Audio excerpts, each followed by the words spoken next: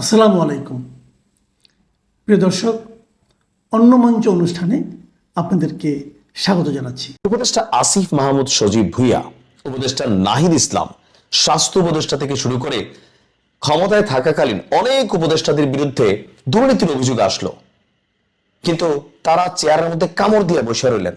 ভাই, 18 মাসের একটা চেয়ার যদি ছাড়তে ইচ্ছে না হয়, এই মানুষগুলো আশা করে বিএনপি আওয়ামী লীগ যখনই যারা ক্ষমতায় আসবে তারা পদত্যাগ করবে, তারা দুর্নীতি মুক্ত হবে। 18 মাসে দুদকের সার্ভার ফাইটায় যাচ্ছে। 18 মাস পরে যখন বিএনপি সরকার গঠন করলো, সাবেক উপদেষ্টাদের বিরুদ্ধে শত শত দুর্নীতির অভিযোগ। খুবই চাঞ্চল্যকর তথ্য। আমরা দেখছি যে গণমাধ্যমগুলো বলছে যে ডক্টর ইউনূসের নেতৃত্বে সদ্য বিদায়ী যে অন্তর্বর্তী সরকার আছেন তাদের উপদেষ্টাদের বিরুদ্ধে শত শত দুর্নীতির অভিযোগ জমা পড়েছে দুর্নীতি দমন কমিশন কার্যালয়ে, অর্থাৎ দুদকের কাছে। দায়িত্ব ছাড়ার ঠিক এক সপ্তাহের মধ্যেই এ সকল উপদেষ্টাদের বিরুদ্ধে এসব লিখিত অভিযোগ জমা পড়েছে। দুদকের একজন দায়িত্বশীল কর্মকর্তা বলছেন, যে হারে অভিযোগ আসছে তাতে মনে হচ্ছে অভিযোগের রেকর্ড ভাঙবে। ভাবা যায়। অধিকাংশ অভিযোগে অভিযোগকারী যারা আছেন তারা নাম প্রকাশ করেননি, তবে কয়েকটি অভিযোগে অভিযোগকারীরা আবার তাদের নাম পরিচয় উল্লেখ করেছেন। দুদক সূত্র বলছে, দুদক অন্য সব অভিযোগ যেভাবে যাচাই করে আপনার এইসব অভিযোগও একইভাবে তারা যাচাই করবে। এদিকে ট্রান্সপারেন্সি ইন্টারন্যাশনাল বাংলাদেশ অর্থাৎ টিআইবির নির্বাহী পরিচালক এবং ডক্টর যিনি আছেন ইফতেখারুজ্জামান, তিনি বলছেন কেউই আইনের ঊর্ধ্বে নয়। অভিযোগ তদন্ত করে সত্যতা পাওয়া গেলে অবশ্যই তাদের বিরুদ্ধে ব্যবস্থা নেওয়া হবে। সূত্র বলছে, প্রধান উপদেষ্টা ডক্টর মোহাম্মদ ইউনূস সহ প্রায় সব উপদেষ্টাদের বিরুদ্ধে দুর্নীতির অভিযোগ উঠে এসেছে। সাবেক প্রধান উপদেষ্টার বিরুদ্ধে একাধিক অভিযোগ জমা আছে। এসব অভিযোগের মধ্যে উল্লেখযোগ্য হলো গ্রামীণ টেলিকম কর্মচারীদের। গ্রামীণ ব্যাংকের কয়েকজন কর্মকর্তা ডক্টর ইউনূস কিভাবে নিজের নামে একটি ট্রাস্টি করে গ্রামীণ কল্যাণ এবং গ্রামীণ টেলিকমের অর্থ আত্মসাৎ করেছেন তার বিবরণ তুলে ধরেছেন। এই অভিযোগে বলা হয়েছে, আয়কর ফাঁকি এবং অর্থ আত্মসাতের জন্য ডক্টর ইউনূস তার নিজের নামে একটি ট্রাস্ট গঠন করেছেন। এই ট্রাস্টের একমাত্র কাজ হলো ডক্টর ইউনূসের পরিবারের দেখাশোনা করা। তিনি ক্ষমতায় থাকতেও রাষ্ট্রীয় টাকা খরচ করে তার মেয়ে গোষ্ঠী টুষ্টি তাদেরকে নিয়ে ঘুরতেন। আবার তার পরিবারের সদস্য যারা আছেন তাদের খুব বড় বড় পোস্ট পদবি দিয়েছিলেন। এভাবে ডক্টর ইউনূস বিপুল পরিমাণ আয়কর ফাঁকি দিচ্ছেন বলে অভিযোগ করা হয়েছে। এছাড়া এখানে উনি বিদেশেও অর্থ পাচার করেছেন অভিযোগ আছে। আর উপদেষ্টা ডক্টর আসিফ নজরুল, ওনার বিরুদ্ধে অভিযোগ আছে দুর্নীতি এবং অর্থ পাচারের প্রায় 1 ডজনের বেশি অভিযোগ জমা পড়েছে। এসব অভিযোগের মধ্যে রয়েছে মামলা বাণিজ্য। আওয়ামী লীগের অনেক বড় বড় কয়েকজন নেতা তারা যখন মামলা থেকে মুক্ত হল, অনেকে বিদেশ গেলেন, তখনই প্রশ্ন ছিল যে ওই যে সাবেক পররাষ্ট্র মন্ত্রী আওয়ামী লীগের সময় ডক্টর মোমেন, তিনি বলছিলেন যে তিনি কিভাবে সিস্টেমকে বাস দিয়া দেশ থেকে বের হয়ে গেছেন।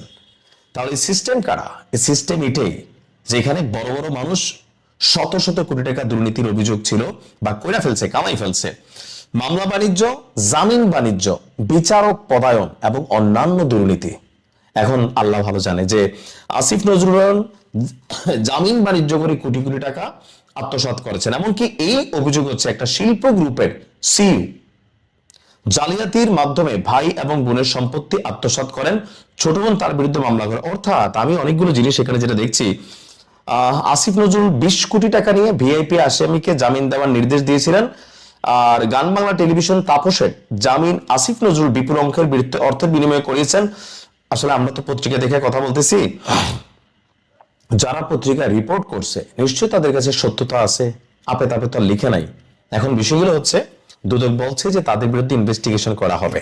বাংলাদেশের ক্ষমতাসীন বিএনপি দল ঘোষণা করেছে 24 জুলাই অভ্যুত্থানে যে বিপুল সংখ্যক পুলিশ হত্যা হয়েছিল তার বিচার হবে।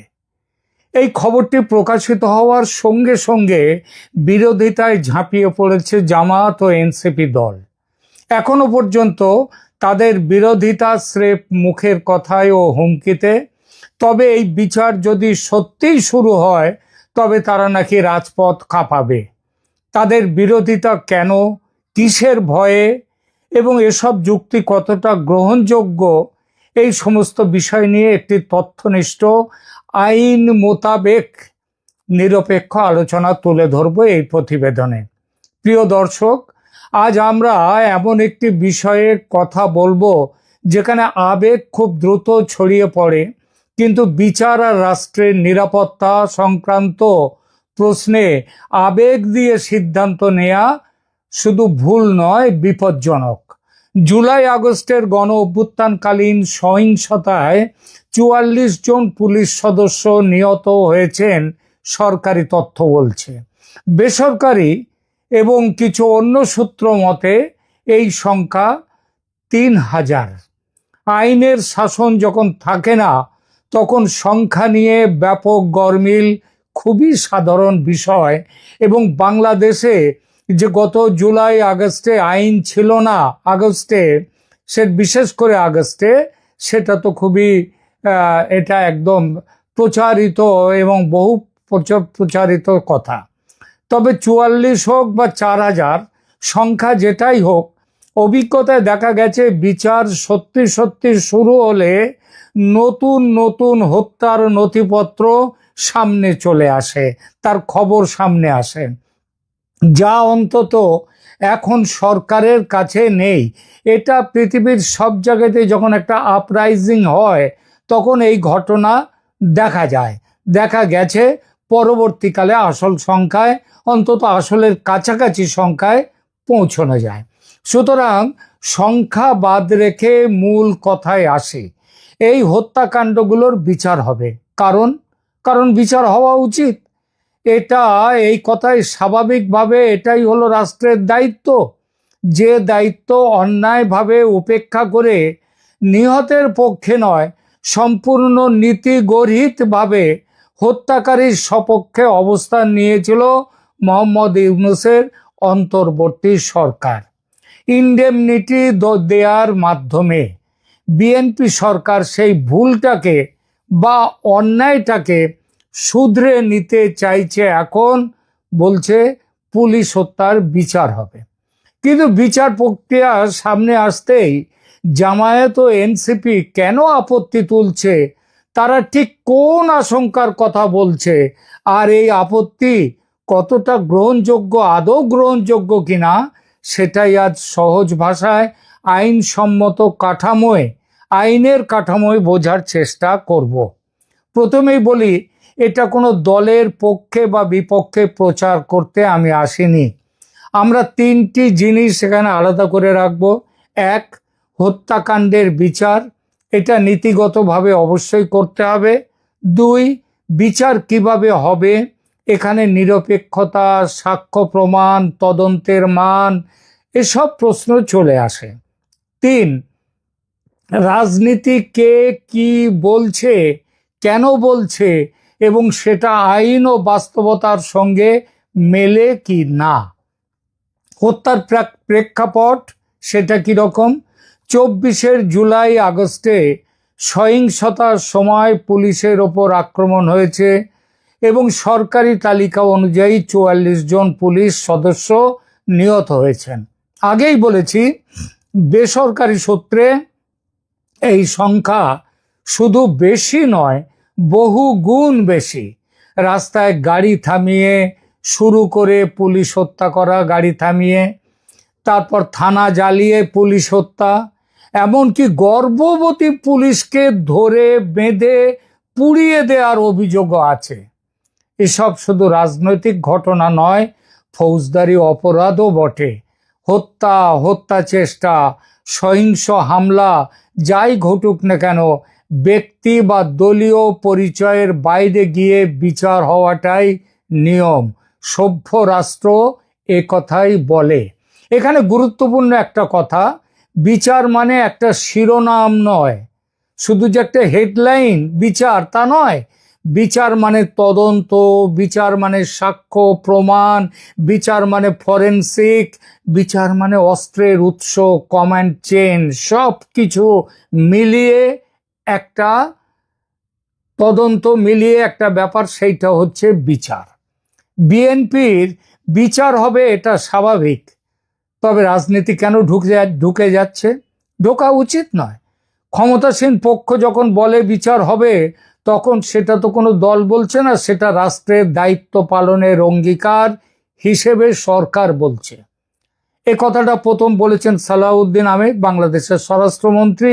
তারপর একই কথা বলেছেন বাংলাদেশের বিএনপি দলের যিনি জেনারেল সেক্রেটারি জেনারেল, যিনি আবার ওখানে মন্ত্রী, তিনি সেই ইসলাম আলমগীর সাহেব, তিনি বলেছেন এ কথা।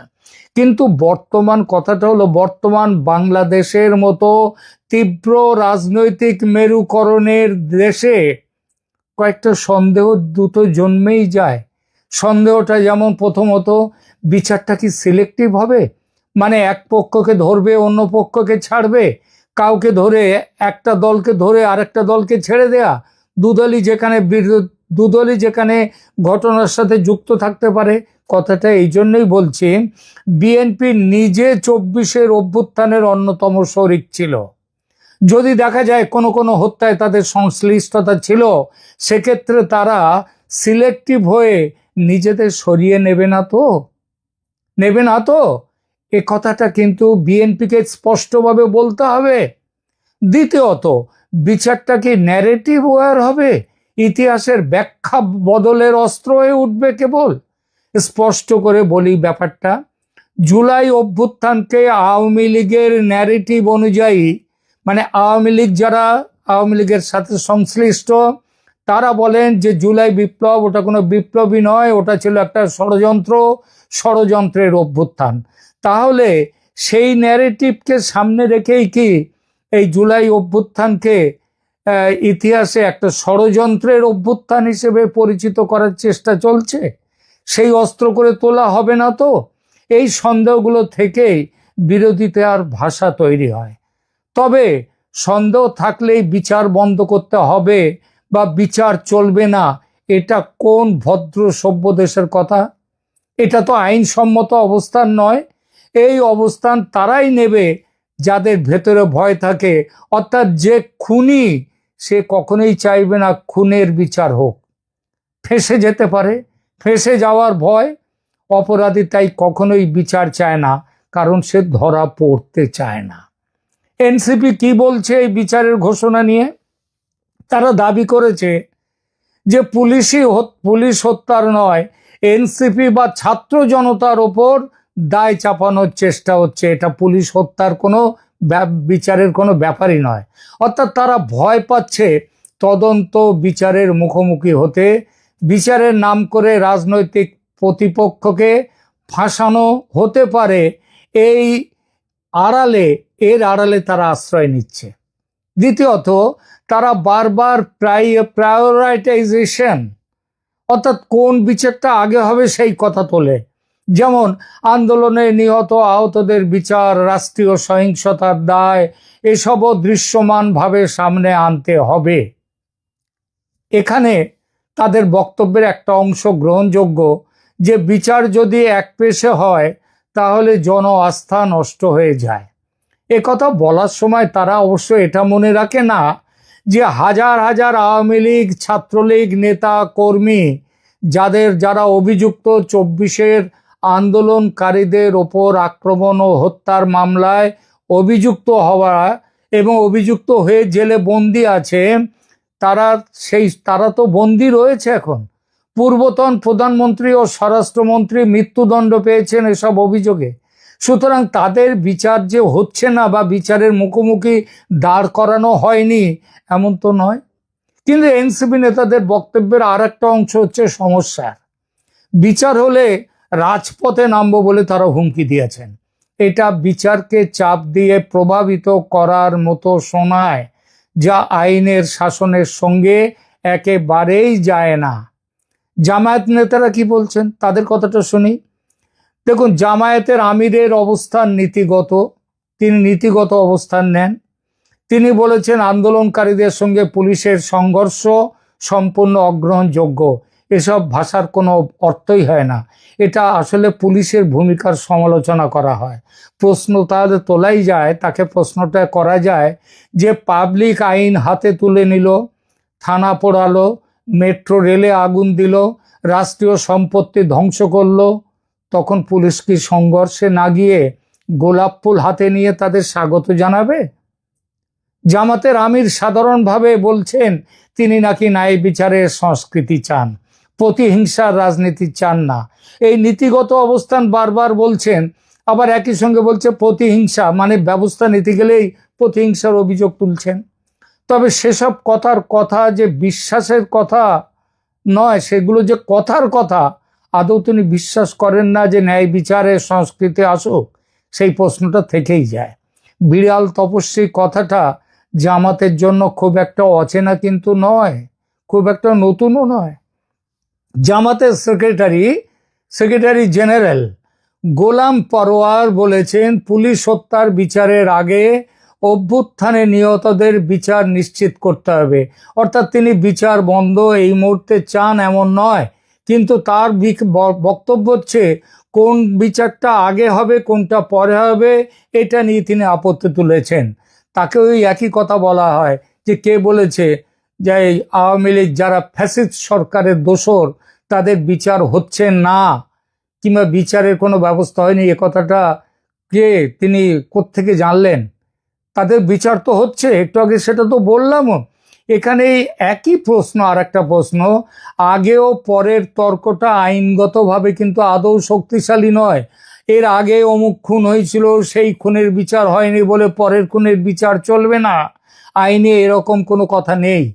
কারণ হত্যা হলে তার মামলা চলতেই পারে, তাই আগেও হোক, আগেরটাও হোক, পরেরটাই হোক, যেটাই হোক সবকটাই হওয়া উচিত। আগেরটা তো হয়েছে, যদি নাও হয়ে থাকে তার জন্য পরেরটা হবে না, বিচার হবে না, এমন তো কোনো কথা নেই।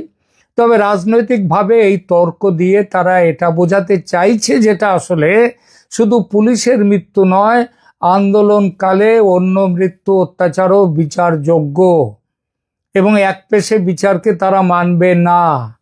তাহলে বোঝা যাচ্ছে কতটা তারা ন্যায় বিচারের পক্ষে। আরে বিচার এক পেশে হবে না দু পেশে হবে, সমানভাবে হবে, সেটা তো হচ্ছে কোর্টের ব্যাপার। আর এই গত 1.5 বছর তো এক পেশে ছাড়া কোনো বিচার হয়নি, তখন কোনো মুখ থেকে কথা বেরোয়নি কেন? এই প্রসঙ্গে আরেকটা গুরুত্বপূর্ণ প্রশ্ন আসে, সেটা হলো আন্দোলনের সময় ভীষণ গুরুত্বপূর্ণ প্রশ্ন এটা, চীনে তৈরি 7.62 রাইফেলের গুলির প্রসঙ্গ। এই বিষয়ে অন্তর্বর্তী ইউনূস সরকারের প্রথম স্বরাষ্ট্রমন্ত্রী সাখাওয়াত হোসেন সাহেব কি বলেছিলেন এই সেন্সিটিভ প্রসঙ্গটা নিয়ে একবার সেটা দেখি।